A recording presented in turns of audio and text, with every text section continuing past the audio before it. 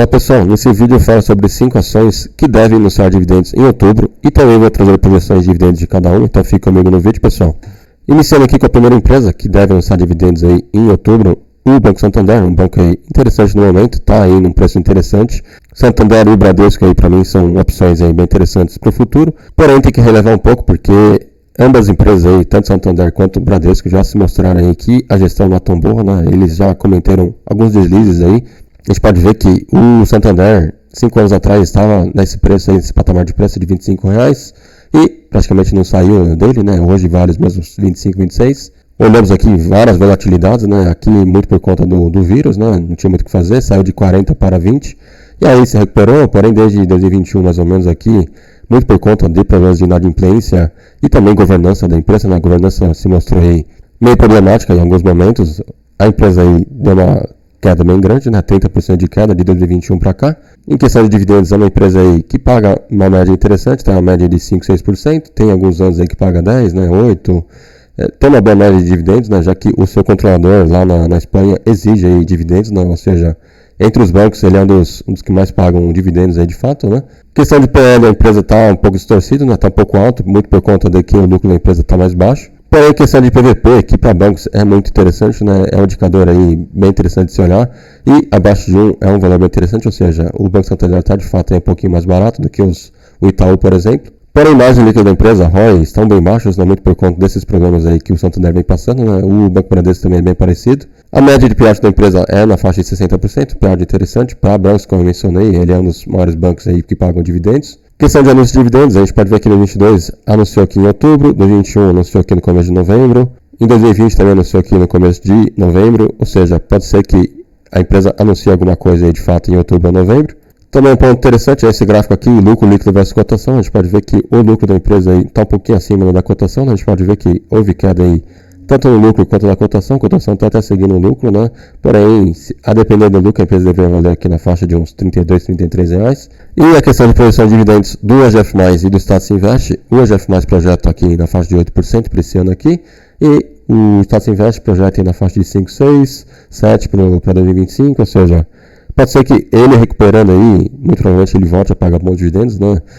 Ele está passando por um mau momento aí de fato, né? Muito por conta de inadimplência alta. Porém, é um banco aí já comprovado no tempo, né? Um banco bem interessante, porém, dentre os 4 grandes aí, é o banco mais fraco, na minha opinião. Eu gosto mais dos outros, tá, pessoal? O Banco do Brasil, Itaú e Bradesco aí. Inclusive, o Bradesco é a minha maior posição aí que tenho na carteira. Eu gosto bastante do Bradesco. Falando sobre a próxima empresa, Klabin, outra empresa aí que eu gosto demais, uma das empresas aí mais perenes e seguros aí que temos na bolsa, né? Paga aí dividendos ok, tá, pessoal? Na faixa de 6, 7% aí, não foge muito disso.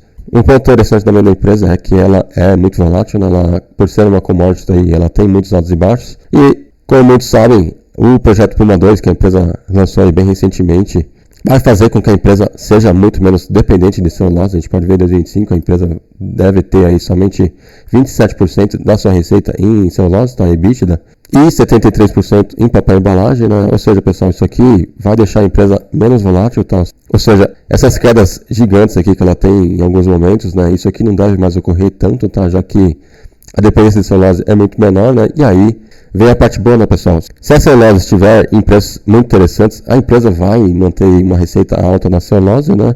Ela vai preferir a celulose do que a venda de papel e embalagem, já que a celulose normalmente, se está em preços altos aí, a empresa tem uma receita até maior aí do que o papel e embalagem, porém, se a celulose estiver lá embaixo, ela consegue ter essa flexibilidade de vender mais papel e embalagem, tá? Ou seja, isso aqui é um ponto bem interessante.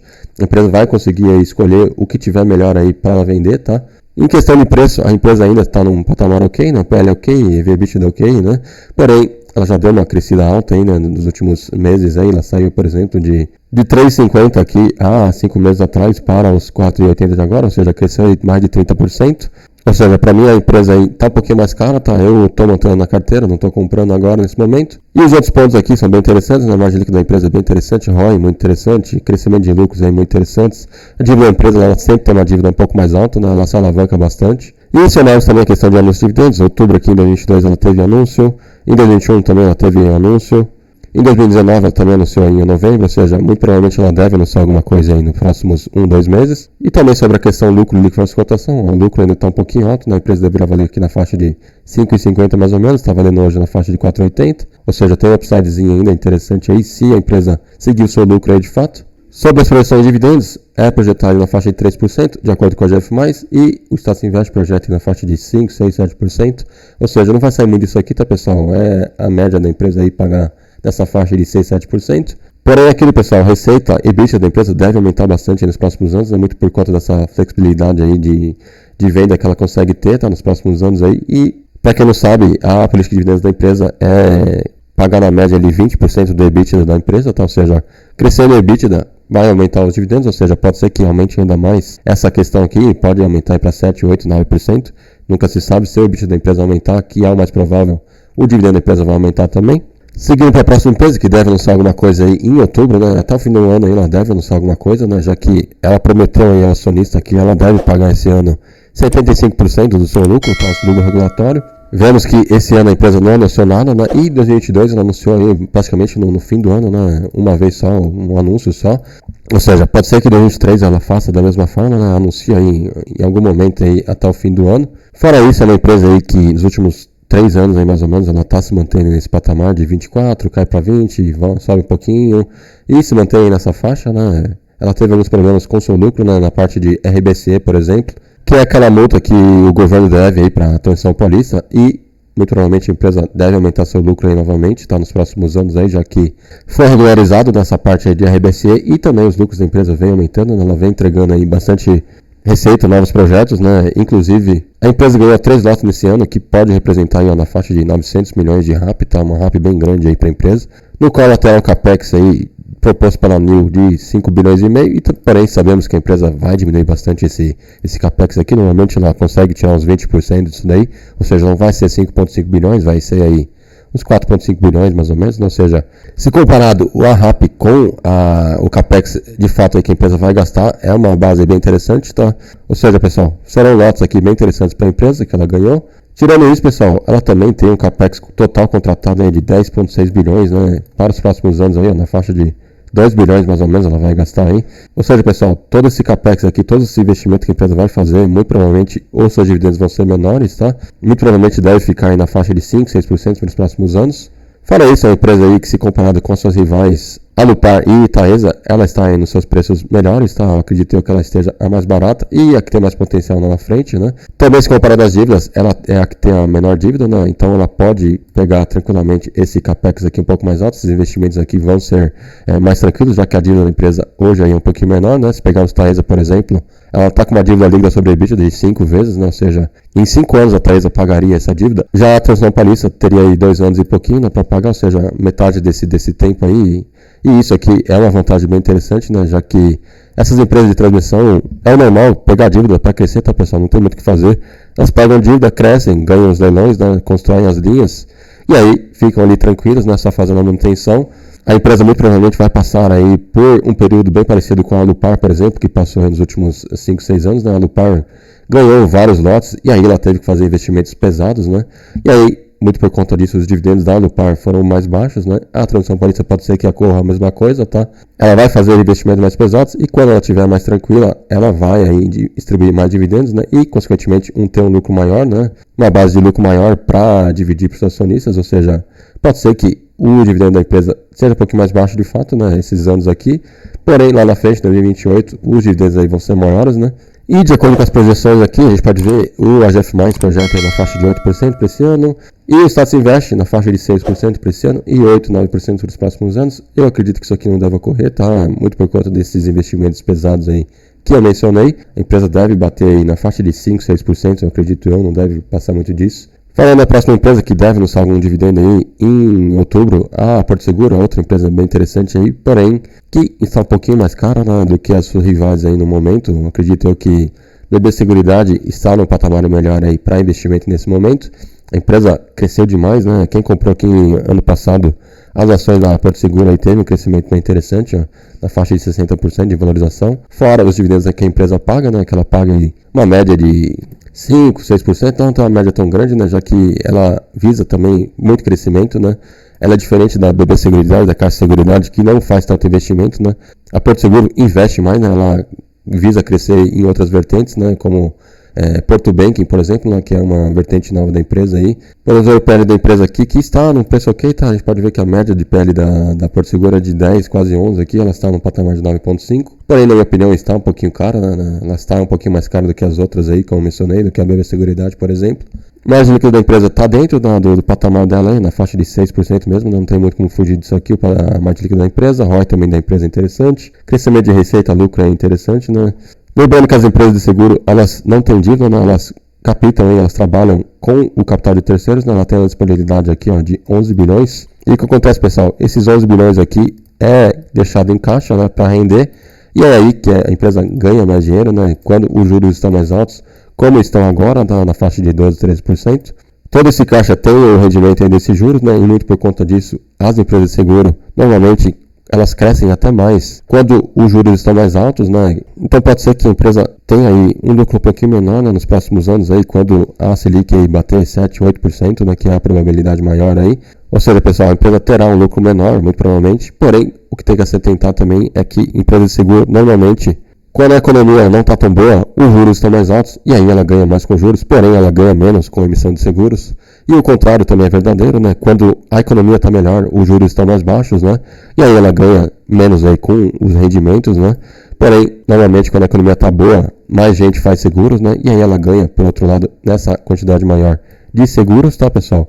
Ou seja, empresas de seguros normalmente elas ganham de qualquer forma, né? Com economia boa ou economia ruim, isso é muito interessante de fato. E também através do gráfico aqui, lucro livre versus cotação, a gente pode ver que, a depender do lucro, a empresa deveria valer na faixa de R$ 33, hoje vale na faixa de 27, ou seja, tem um upsidezinho ainda também para a empresa recuperar aqui no longo prazo. Podemos olhar que é projetada na faixa de 5, 6% para esse ano e para os próximos anos aí 6, 7% mais ou menos, né? Como eu mencionei, Porto Seguro não tem uma média tão boa de dividendos, na faixa de 5, 6% mesmo, né? Porém, a empresa aí tende a se valorizar mais, né, no futuro do que BB Seguridade e Caixa Seguridade, por exemplo. E só mencionando o anúncio de dividendos da Porto Seguro, em 2022 foi anunciado em outubro, em 2021 também anunciado em outubro, 2020 também em outubro, ou seja, alguma coisa aí vai cair em outubro de fato da Porto Seguro. E por último, Caixa Seguridade, que também deve anunciar alguma coisa aí em outubro ou novembro. Veja aquela empresa aí que bateu na faixa de R$6 ano passado, aí, exatamente um ano atrás mais ou menos, né? E praticamente dobrou de preço, né? Quase 100% de valorização. A empresa de fato estava com indicadores bem baixos aqui, né? Nessa época aqui, e hoje já está um pouquinho mais cara, né? A gente pode ver o PL também está um pouquinho alto, né? Muito parecido com a Porto Seguro, por exemplo. Ou seja, talvez o BB Seguridade esteja mais barato no momento, né, que tem um PL um pouquinho mais baixo do que 9, tá? Porém, as três aí estão aí com PLs bem parecidos, né? O PL, para a questão de seguros, é o melhor indicador para se olhar, tá, pessoal? Se olhar o PVP, não tem muito sentido para empresa de seguro, né, já que são empresas normalmente asset light, né? Elas não têm aí muitos investimentos, né? Elas não precisam ter estrutura nem nada, né? Ou seja, o PVP não tem muito sentido para se comparar com empresa de seguro. O ideal é comparar o PL mesmo, e o PL da BB Seguridade é o mais baixo no momento. Porém, é outra empresa aí, Caixa Seguridade, que tem rentabilidade muito interessante, né? ROI aí de 30% mais ou menos, crescimento de lucro nos últimos 5 anos de 20%. Podemos olhar aqui a escadinha da empresa, né? Uma empresa aí que cresce muito, né? Em 2023 deve bater 2022 muito provavelmente, né? Ou seja, lucros bem interessantes também para a Caixa Seguridade. Porém, como eu mencionei, é uma empresa aí que está um pouquinho mais cara do que a BB Seguridade, por exemplo, e também não tem tanto histórico, né? Uma empresa que fez a IPO bem recentemente, né? 1, 2 anos atrás somente, ou seja, BB Seguridade temos muito mais histórico, né? E sabemos que BB Seguridade é uma das melhores empresas aí da bolsa, com certeza. Caixa Seguridade também não perde muito, né? Porém, a falta de histórico da empresa me faz aí ficar ainda longe da Caixa Seguridade, né? Porém, é uma empresa bem interessante, também relevando, pessoal, que Caixa Seguridade e BB Seguridade têm serviços muito parecidos, né? Elas trabalham aí com a mesma venda de seguros, né, e tudo mais. Elas não têm muita diversificação, ou seja, não tem nem muito sentido você investir nas duas aí, na minha opinião, pelo menos. E em questão de dividendos, a gente vê aqui que a empresa teve Datacom aqui em novembro, tá? De 2022 e 2021, ou seja, muito provavelmente ela deve anunciar alguma coisa aí em outubro para novembro, tá? Muito provavelmente. E olhando as projeções de dividendos aqui da Caixa Seguridade, é outra empresa aí sensacional, né? Paga aí muito dividendo, é projetada na faixa de 8 a 11% de dividendos nos próximos anos, né? Como eu mencionei, é uma empresa asset light, né? Asset light não precisa fazer investimento nem nada, né? Não precisa ter estrutura, então, ou seja, é uma empresa que consegue distribuir quase todo o seu lucro para acionista e também cresce, né?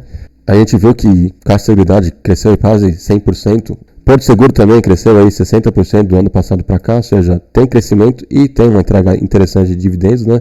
São empresas muito interessantes de seguros, né? O ramo de seguros é muito interessante de fato, é um dos ramos aí que eu mais gosto para investir, tá? Eu gosto bastante. E foi isso, pessoal, 5 ações aí muito interessantes para se investir. Dessas 5 aí eu tenho 3 em carteira, só não tenho Santander e Caixa Seguridade. As outras 3 eu tenho em carteira, tá? Eu gosto bastante. E deixa nos comentários aí, pessoal, se você investe em alguma delas, está pensando em investir. E se você gostou do vídeo, deixe seu like, deixe sua inscrição no canal. E fique por aqui, abraço, até a próxima, tchau, tchau.